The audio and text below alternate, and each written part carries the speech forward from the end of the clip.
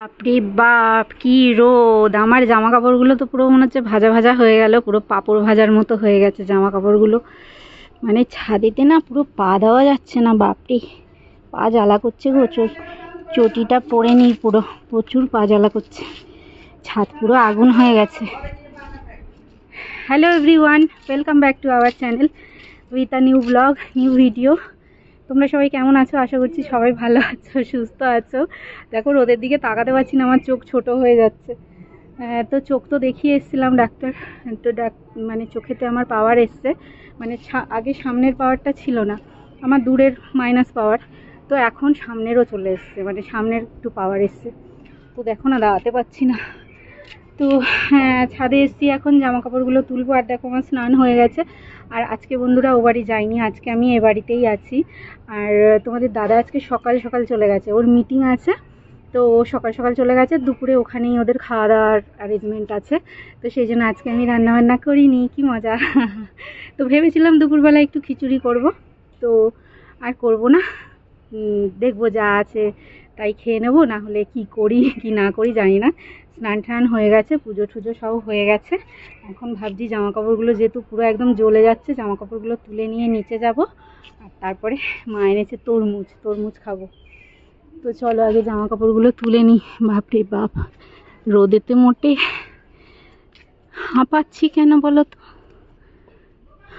একটুখানি সিঁড়ি দিয়ে উঠলেই যেন হাঁপ লাগে। প্রচুর রোদ গো, প্রচুর রোদ।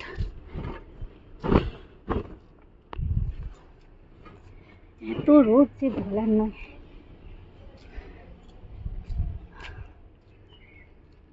আজকে ভেবেছিলাম দুপুরবেলায় খিচুড়ি খাবো, আমার খিচুড়ি খেতে ইচ্ছে করছে। ওই যে গোবিন্দভোগ চাল আছে না, গোবিন্দভোগ চাল দিয়ে মুগ ডাল দিয়ে খিচুড়ি করব ভেবেছিলাম। কুকারে একবারে বসিয়ে দেবো, ঘি দিয়ে মানে খিচুড়িটা করব। তো মা বললো যে করতে হবে না আর একার জন্য, তো সেই জন্য আর করলাম না।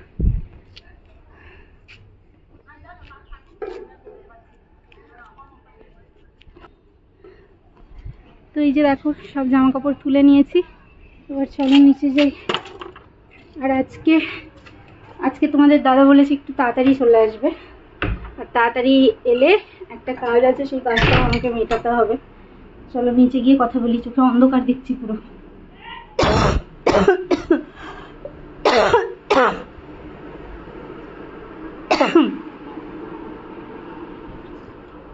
বাপরে বাপ, কি রোদ কি রোদ! মানে দাঁড়াও, লাইটটা চালাই। বাইরে থেকে এলাম, মানে রোদ থেকে এলাম, তো পুরো যেন অন্ধকার দেখছি চোখেতে, এরকম অবস্থা। আর আজকে একটা কাজ আছে, সেই কাজটাও আমাকে মেটাতে হবে। কাজটা বলতে এই যে চশমার ফ্রেমটা কিনবো, কিনে পাওয়ারটা আমি ওখানেই বানাতে দেবো, কারণ লোকাল জায়গা থেকে না ভুল ভাল করে দিচ্ছে, যার জন্য ডক্টর বলেছে যে হয় এখান থেকে বানান, না হলে ভালো ব্র্যান্ডেড জায়গা থেকে বানান, কারণ আমার চোখে প্রোগ্রেসিভ লেন্স হবে, সেই জন্য। তো এই যে দেখো জামা কাপড় সব তুলে এনেছি, তো এইগুলোকে এখন ভাঁজ করি, ঠিক আছে? পপর ইপে চড়ে আমি একটু বেউ করতে যাবো, নিয়ে যাবি বেউ করতে? হ্যাঁ, আমার ঠাকুমা না মা এরকম করে খাওয়াতো আমাকে, জানো? মানে ঠাকুমা মানে বলাও ভুল হবে, আমার বাবার ঠাকুমা। হ্যাঁ সেটাই, হ্যাঁ হ্যাঁ, খারাপ হয়ে যাচ্ছে তো। পপা এই যে এদিকে তাকা বাবা।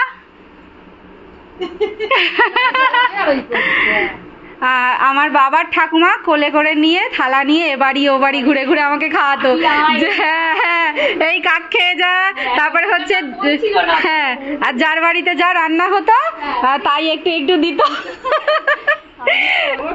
ই উল্টে গেল, গান চালাতো বাবা, এই গান চালাও শুনি। কোথায় গান, কোথায় চলে গাড়িতে? ও বাবা কি সুন্দর গাড়ি! হ্যাঁ গাড়িতে গান চলছে, এইখানে ছায়া বাবা, এখানে এসো, এইখানটা এসো, এখানটা এসো, রোদ ওখানে, টাকটা ফেটে যাবে, নাড়ুবেল। হ্যাঁ এখানটা এসো,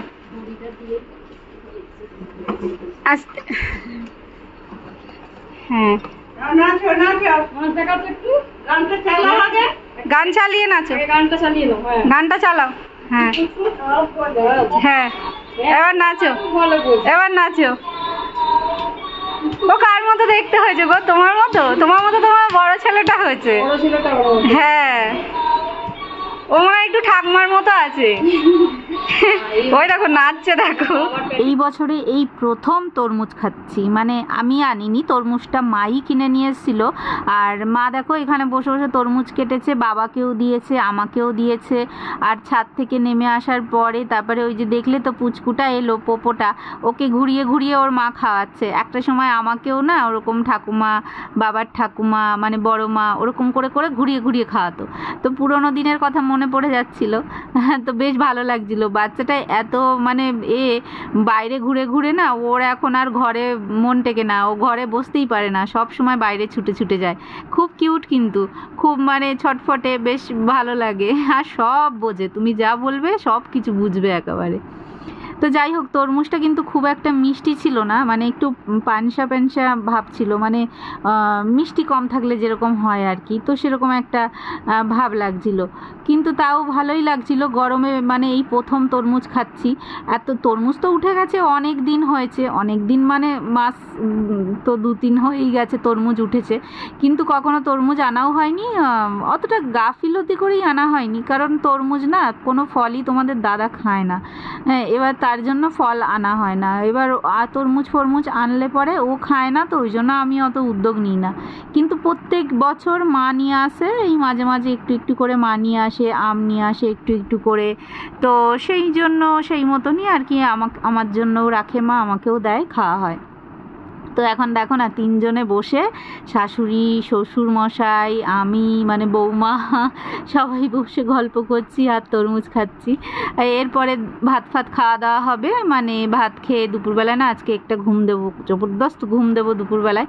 আর এখন ইদানিং না ভাত খেলে কি ঘুম পায়, কোনো কাজ করতে বসলেও আমার ঘুম পায়। মানে কাজ মানে ধরো ফোনের কোনো এডিটিংয়ের কাজ করছি, ঘুম পাবে, মানে কি বিরক্তিকর ব্যাপার, তোমাদের যে কি বলি আর। বিকেল হয়ে গেছে, বিকেলবেলা রাস্তা দিয়ে একটু হাঁটাহাঁটি করছি। আর মা নেই, মা গেছে হচ্ছে জল আনতে, তো সেই জন্য আমি রাস্তা দিয়ে একটুখানি হাঁটাহাঁটি করছি। আর দেখো এখন পুরো আকাশটা পুরো পরিষ্কার, রোদ নেই কিন্তু হাওয়া নেই, এত গরম যে হাওয়া নেই। একটুখানি হাওয়া চললে তো ভালো লাগে বলো, স্বস্তি দেয় শরীরে, কিন্তু হাওয়া নেই। ঘরেও টিকতে পারছি না, ঘরেও হাওয়া নেই পুরো, মানে সেই ফ্যানের হাওয়ার কতক্ষণ ভালো লাগে বলো, ভালো লাগছে না। দুপুরবেলায় খেয়ে দিয়ে মানে একটা জব্বর ঘুম দিয়েছি, পুরো মেঝেতে শুয়ে পড়েছিলাম, মেঝেতে শুয়ে খুব সুন্দরভাবে ঘুমিয়েছি। মেঝেতে শুয়ে মানে ঘুম চলে এসে, খাটে শুয়েছিলাম, তারপর দেখছি গরম লাগছে, তারপরে নেবে নিচে শুয়েছি। হ্যাঁ, এখন হাঁটছি একটু ঘরের সামনেটায়, তারপরে সন্ধে দেবো। তোমাদের দাদা কখন আসবে আমি জানি না, কখন আসবে তোমাদের দাদা। হাত পা ছড়িয়ে বন্ধুরা কাঁদতে ইচ্ছে করছে, কারণ আমার লাখ টাকার জিনিসের এই কি দশা হয়েছে তোমরা দেখো। মানে এত টাকা দামের জিনিসে পোকা, ঘুনের পোকা, এই আলমারিটায় আমার পোকা লেগে গেছে, মানে আমার সর্বনাশ তো হয়েইছে বন্ধুরা। আগের ভিডিও পরে আর পরের ভিডিও আগে ছাড়ছি, কারণ একটু উল্টোপাল্টা হয়ে গেছে, তোমরা আগের ভিডিওতে দেখেইছো। তোমরা ভাবছো ব্যাপারটা কি, মাথায় হাত দিয়ে দিদি কেন বসে আছে। এই যে এত দাম দিয়ে, দেখো এত দাম দিয়ে এই যে আলমারিটা তৈরি করা হয়েছে, আলমারির ওই নিচ দিয়ে ওখান দিয়ে ঘুন পড়ছে, পুরো সর্বনাশ পুরো একদম। মানে এত এত টাকা দিয়ে আলমারিটা করে, কোথাও সব কিছু ঠিক আছে ওখান দিয়ে, এবার যে দাদা বানিয়ে দিয়েছে তাকে বলা হয়েছে, সে আসবে আসবে বলছে, যে ওখানে কিছু একটা কি করবে জানি না, তো সে এখনো এসে পারছে না। তো ঘুনগুলো আমি মুছে ফেলেছি,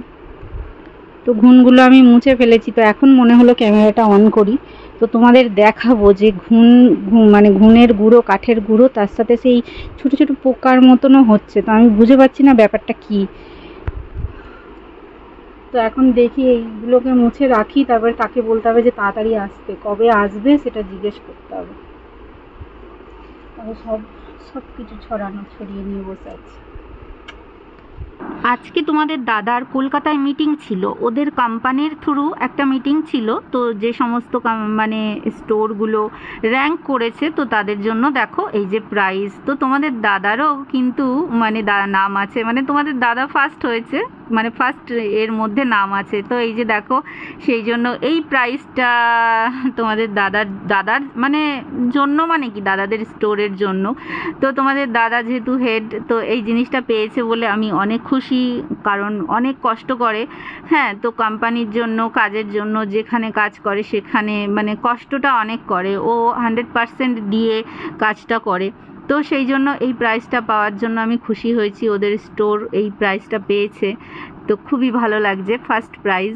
তো তোমাদের দাদা আজকে সকাল সকাল চলে তো এসছে, কিন্তু আমাকে নিয়ে বেরোবে না, কারণ ওর কাজ আছে, ও বলছে যে আমার অন্য কাজ আছে, আজকে যাওয়া হবে না। আমি বললাম ঠিক আছে, কোনো ব্যাপার না।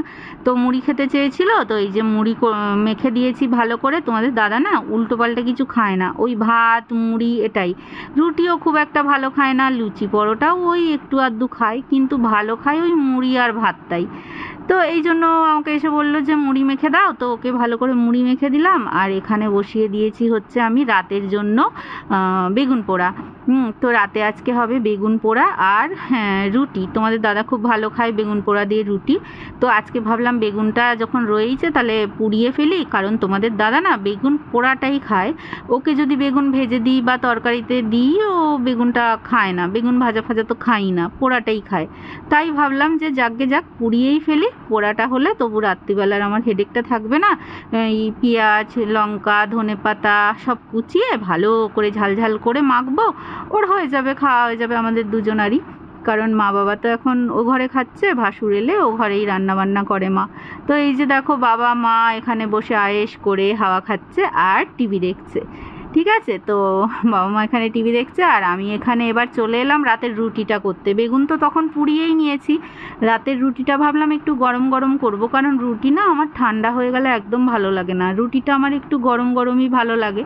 তো সেই জন্য এখন দেখো রুটিটা বানিয়ে নেব। তো আটা মেখে রেখেছিলাম, তো এখন ঝটাঝট বেলবো আর রুটিগুলোকে সেঁকে নেব। তো তোমাদের পরের ব্লগে দেখবো, আমার না রুটি সেঁকার তাওয়া ছিল না, মানে তাওয়া নেই আর কি, আমি ওই ননস্টিক যে কড়াই ওতেই আমি রুটিটা করতাম।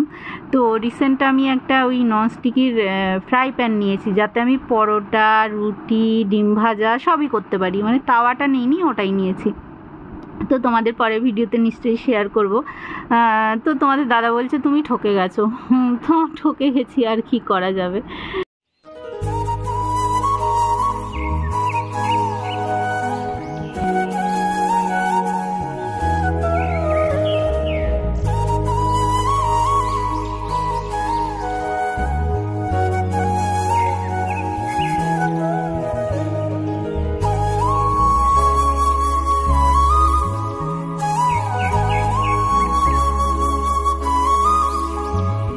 ফালতু বকো এবার, বকো।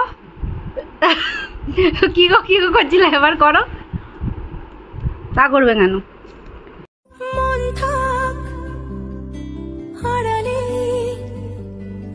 মাঝে মাঝে ছুঁতে আসা, জানি হাত বাড়ালে ধরা দেবে ভালোবাসা। তুমি পথে চেনো, পাশে আছি জেনো, আমাকেও